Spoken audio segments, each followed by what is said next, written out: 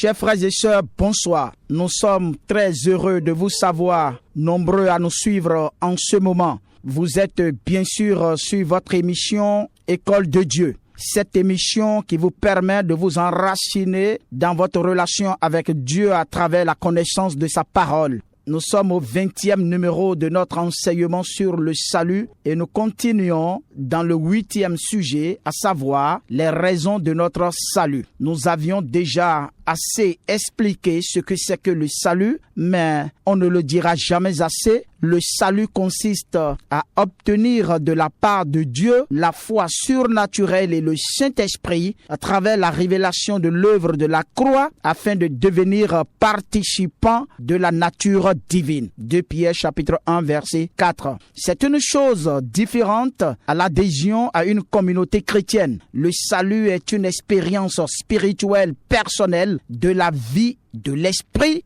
et de la foi de Dieu. C'est une vie divino-humaine, c'est-à-dire la manifestation de la divinité dans l'humanité à travers la compréhension de l'œuvre de la croix. Le salut est comme un logiciel spirituel installé par le Saint-Esprit dans notre système intellectuel en vue de le contrôler et de le transformer en la vertu de Dieu. Parlons alors donc aujourd'hui de la suite de notre enseignement sur la raison de notre salut. La raison fondamentale de notre salut est que Dieu veut faire de sa créature humaine son habitat par son esprit afin de faire de l'homme sa ressemblance et son représentant sur la terre. Ainsi, la volonté de Dieu est que tous les hommes soient sauvés et parviennent à la connaissance de la vérité. 1 Timothée chapitre 2 verset 4. Nous sommes donc sauvés pour manifester la divinité sur la terre à travers la foi et le Saint-Esprit afin de transmettre cette vie à notre monde. Nous sommes sauvés pour transmettre la vie de Dieu à notre monde afin que les hommes soient sauvés. Ainsi, nous pouvons résumer que nous sommes sauvés pour sauver. Et si nous ne sommes pas capables de sauver quelqu'un, c'est la preuve que nous ne sommes pas encore sauvés. Un tailleur qui n'est pas capable de couper un tissu est la preuve qu'il n'est pas un tailleur. Un maçon qui n'est pas capable de tenir la truelle est la preuve qu'il n'est pas un maçon. Un mécanicien qui n'est pas capable de réparer un moteur est la preuve qu'il n'est pas un mécanicien. Celui qui se réclame d'un domaine donné d'activité et qui n'est pas capable d'exceller dans ce domaine ou de démontrer la preuve qu'il est de ce domaine n'est vraiment pas dans ce domaine. Il en est de même pour le salut. Si vous êtes sauvés, alors vous serez capable de sauver des personnes qui sont permanemment en contact avec vous et c'est d'ailleurs pour eux que vous avez reçu le salut. Tu seras sauvé, toi et ta famille, est-il écrit. Jésus a employé 5 différentes expressions pour illustrer cette manifestation divine. Il dit: vous êtes le sel de la terre, Matthieu 5, verset 13. Vous êtes la lumière du monde, Matthieu 5, verset 14. Vous êtes des pêcheurs d'hommes, Matthieu 4, verset 19. Vous êtes des ouvriers dans le champ, Matthieu 9, verset 37. Vous êtes des juges du monde, Matthieu 20, verset 22. Tout cela veut dire quoi? Nous avions parlé la semaine dernière de la lumière que nous sommes dans le monde. Et aujourd'hui, nous allons parler de ce que être le sel de la terre. Matthieu 5, verset 13 dit: vous êtes le sel de la terre. Mais si le sel perd sa saveur, avec quoi la lui rendra? Il ne sert plus qu'à être dehors et foulé aux pieds par les hommes. Le sel est une substance naturelle et d'un emploi universel pour l'assaisonnement. Il est reconnu comme un produit permettant d'améliorer le goût des aliments. C'est un exhausteur de goût, c'est-à-dire augmente le goût des aliments. Son absence rend la nourriture fade et inappréciable. Il est aussi très utile pour l'organisme dans une certaine fonction des cellules. Jésus dit: vous êtes le sel de la terre. Cela signifie que nous sommes la source saline par laquelle les hommes apprécieront la saveur de la vie à travers le message de la grâce de Dieu. Spirituellement, le sel est le symbole de l'alliance avec Dieu. Alliance sans laquelle on ne peut bénéficier de la grâce de Dieu et vivre le bonheur sur la terre. Dans Lévitique chapitre 2 verset 13, il est écrit: tu mettras du sel sur toutes tes offrandes. Tu ne laisseras point ton offrande manquer du sel. Signe de l'alliance avec ton Dieu, sur toutes les offrandes, tu mettras du sel. Ce texte nous révèle que l'usage du sel sur les offrandes est un signe de l'alliance avec Dieu. Si Jésus dit que nous sommes le sel de la terre, nous sommes donc le moyen par lequel les hommes entreront en alliance avec Dieu à travers le message de l'Évangile afin de bénéficier de la grâce de Dieu. Vous êtes le sel de la terre est donc une expression allégorique pour désigner la fonction du chrétien d'apporter à la vie du monde la saveur de l'Évangile qui est le témoignage de l'alliance inaltérable que Dieu a conclue avec l'humanité en Jésus-Christ. De même que l'absence du sel rend la nourriture fade et inappréciable, ainsi la vie de l'homme est fade et inappréciable en dehors de l'alliance de la grâce de Dieu. Job chapitre 6 verset 6 dit: peut-on manger ce qui est fade et sans sel? Cette question de Job était juste de savoir si l'on peut mener une vie paisible sur terre sans la grâce de Dieu. C'est impossible. L'exemple le plus frappant est l'assainissement des eaux de Jéricho par Élisée. Il demande un plat neuf et du sel pour assainir les eaux de Jéricho afin de manifester l'alliance de la grâce de Dieu dans cette population qui souffrait absolument dans la stérilité. En effet, son acte prophétique constituait non seulement à faire entrer cette population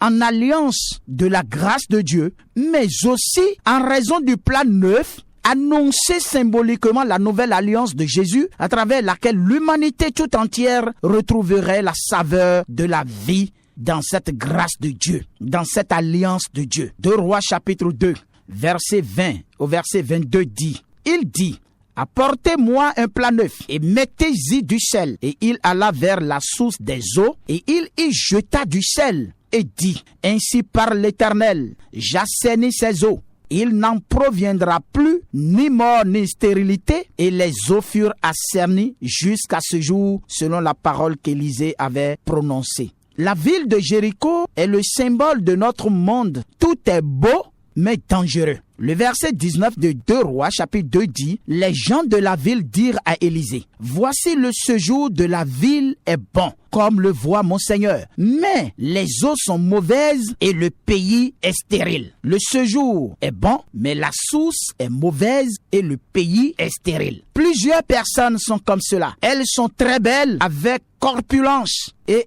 élégance, éloquence et influence, mais décadence, déchéance, déliquescence et décroissance. Rien ne marche dans leur vie. La source est mauvaise. La malédiction ancestrale a tout bloqué. C'était la triste réalité que vivaient les habitants de la ville de Jéricho. Élisée avait compris que la solution était d'assainir la source. Le problème provient d'une malédiction à la racine. En réalité, c'était Josué qui avait maudit cette ville de Jéricho lorsqu'il conduisait le peuple vers Canaan. Dans Josué 6, verset 26, il est écrit: ce fut alors que Josué jura en disant: maudit soit devant l'Éternel l'homme qui se lèvera pour rebâtir cette ville de Jéricho. Il en jettera les fondements au prix de son premier-né et il en posera les portes au prix de son jeune fils. Des années plus tard, la malédiction prononcée par Josué contre Jéricho eut son effet quand Hiel de Béthel décida de rebâtir la ville de Jéricho. 1 Roi chapitre 16 verset 34 dit: de son temps, Hiel de Béthel bâtit Jéricho. Il en jeta les fondements au prix d'Abiram, son premier-né. Il en posa les portes au prix de Ségub, son plus jeune fils, selon la parole que l'Éternel avait dite par Josué, fils de Nun. C'est cela la puissance de la malédiction. Elle sévit aussi longtemps que l'on vit. La solution est juste de comprendre et accepter le message de la grâce de Dieu et de changer d'alliance ou de source d'alimentation de vie. Josué et Élisée, deux grands hommes de Dieu, mais l'un a versé et l'autre a renversé. C'est le contraste entre l'ancienne alliance et la nouvelle alliance, entre la loi et la grâce. Chers auditeurs, auditrice, tu es dans quelle alliance? Quelle alliance parle en ta faveur? Une alliance est un protocole d'accord liant deux parties dans une relation cordiale, leur permettant d'avoir tout en commun et de s'intervenir l'une dans l'autre à tout moment. C'est pour cela que toute alliance maléfique produit de grandes et de longues malédictions. Malheureusement, nous avons hérité des alliances ancestrales maléfiques dont les malédictions nous tiennent dans les liens du péché et de ses conséquences. Nous avons besoin d'une nouvelle alliance pour nous délivrer de la source ancestrale de la malédiction. C'est ce que le prophète Élisée avait fait dans la ville de Jéricho avec le plat neuf et du sel. Jésus dit que nous sommes le sel de la terre. Nous sommes sauvés pour introduire l'humanité dans une nouvelle alliance à travers le message de la grâce de Dieu en Jésus. Sans cette alliance, Dieu n'interviendra pas dans ta vie. L'alliance est le moyen par lequel Dieu intervient dans la vie des hommes. La Bible nous présente 7 différentes alliances par lesquelles Dieu a intervenu dans l'humanité.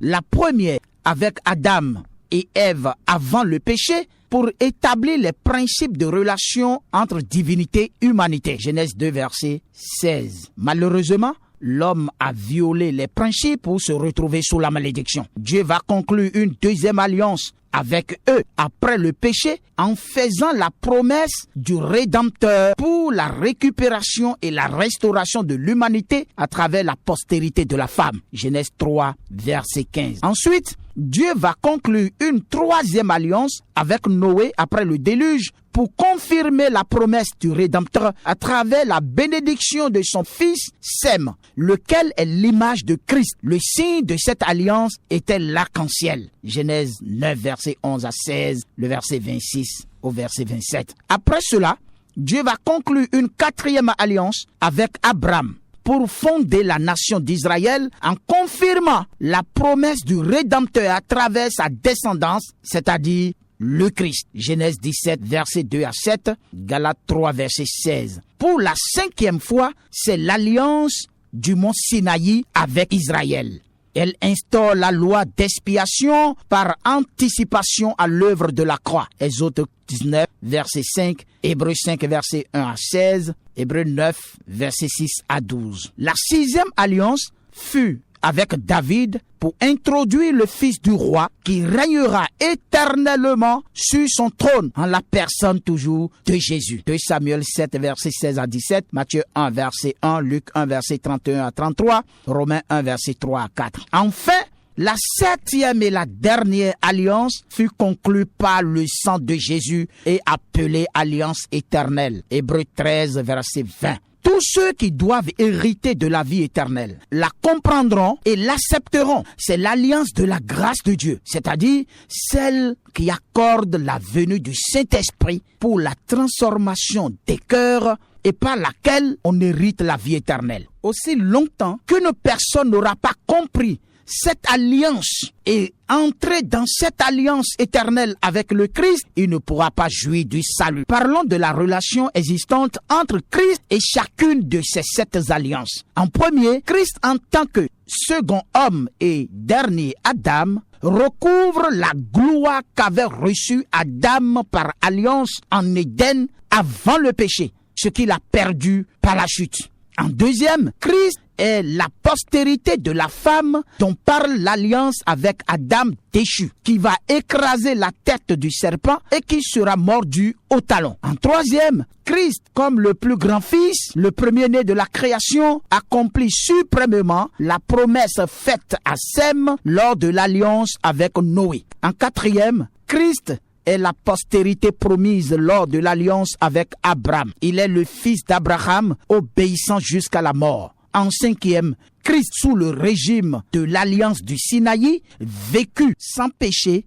et devint malédiction pour nous. Galates 3, versets 10 à 13. En sixième, Christ est la postérité, l'héritier du roi de l'alliance avec David. Matthieu 1, verset 1. En dernier, Christ, par son sacrifice, est le fondement même de la nouvelle alliance par laquelle nous devenons enfants de Dieu. Il a dit, ceci est mon sang, le sang de la nouvelle alliance, versé pour plusieurs. C'est en vertu de cette vérité spirituelle que Jésus dit: nous sommes le sel de la terre, c'est-à-dire porteur d'une alliance éternelle qui apporterait la saveur spirituelle dans la vie des hommes. Et il ajoute: si le sel perd sa saveur, à quoi la lui rendra-t-on? Cette partie nous met en garde contre la façon dont nous mènerons notre vie chrétienne. Si elle n'est pas fondée sur la nouvelle alliance, elle perdra sa saveur. Mais si elle est fondée sur la nouvelle alliance, elle donnera de la saveur.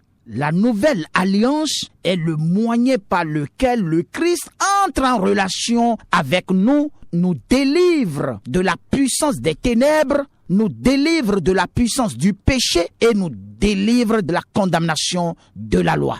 Celui qui n'a pas compris la puissance de cette alliance de Christ mènera une vie religieuse fade et non une vie spirituelle active. La nouvelle alliance a des caractéristiques supérieures. Elle est supérieure à l'alliance du Sinaï, à la fois sur le plan de la valeur morale et sur celui de son efficacité. Elle est établie sur des promesses meilleures, c'est-à-dire inconditionnelles. Dans l'alliance du Sinaï, Dieu avait dit: si vous écoutez ma voix et si vous gardez mon alliance. Exode 19, verset 5. Tandis que dans la nouvelle alliance, Dieu dit: je ferai en sorte que vous suiviez mes ordonnances. Je mettrai en vous mon esprit. J'écrirai mes lois dans vos cœurs. Sous le régime de l'alliance du Sinaï, l'obéissance résultait de la crainte. Sous celui de la nouvelle alliance, elle provient d'un cœur et d'un esprit bien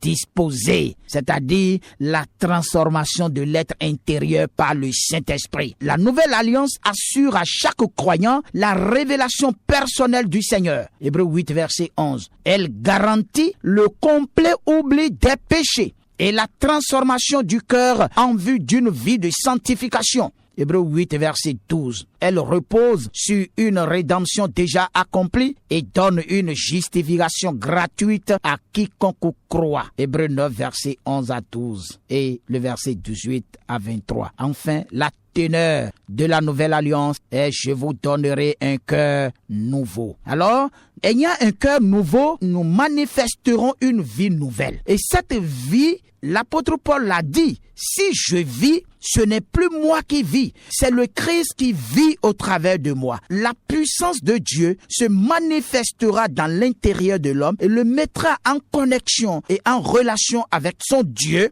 de par la nouvelle alliance. Chers frères et sœurs, il existe plusieurs pratiques religieuses qui ne sont pas fondées sur la nouvelle alliance, mais sur des rudiments charnels de l'ancienne alliance. Soyons vigilants pour ne pas servir en vain et que le Seigneur ne nous dise pas un jour: je ne vous ai jamais connu. Nous vous prions, frères et sœurs, à comprendre la puissance de la grâce de Dieu et de son alliance. C'est en cela que le Christ dit: vous êtes le sel de la terre. Vous êtes le moyen par lequel les hommes comprendront la nouvelle alliance de Dieu et seront sauvés. C'est la pensée profonde de cette parole de Jésus à ses disciples. L'ancienne alliance exigeait une adoration naturelle et matérielle, c'est-à-dire à travers des objets naturels et matériels. Par contre, la nouvelle alliance exige une adoration spirituelle en esprit et en vérité. C'est-à-dire, c'est à vous de démontrer la puissance de l'esprit, de l'adoration en esprit et en vérité dans ce monde. Et si vous perdez cette notion, vous perdez en même temps la saveur du sel. Le chrétien qui perd la notion de l'alliance nouvelle, des exigences de cette nouvelle alliance, perd en même temps sa relation spirituelle avec Dieu, perd en même temps la saveur de sa relation spirituelle avec Dieu. Et enfin, Jésus dit: il ne lui reste qu'à être foulé aux pieds par des hommes. C'est la source des problèmes que rencontrent plusieurs chrétiens. Ils sont foulés aux pieds, ils sont menacés, ils sont massacrés, ils sont maltraités par le monde des ténèbres, simplement parce que la nouvelle alliance ne parle pas en leur faveur. Chers frères et sœurs, Que la grâce de Dieu surabonde sur vous. Nous vous réitérons notre programme de tous les mardis de 12h30 à 14h30. Programme spécial au cours desquels nous expliquons les exigences de la vie chrétienne en vue d'une marche spirituelle et équilibrée avec Dieu. Soyez bénis. Veuillez nous contacter au 60 16 68 68. Que Dieu vous bénisse. Amen.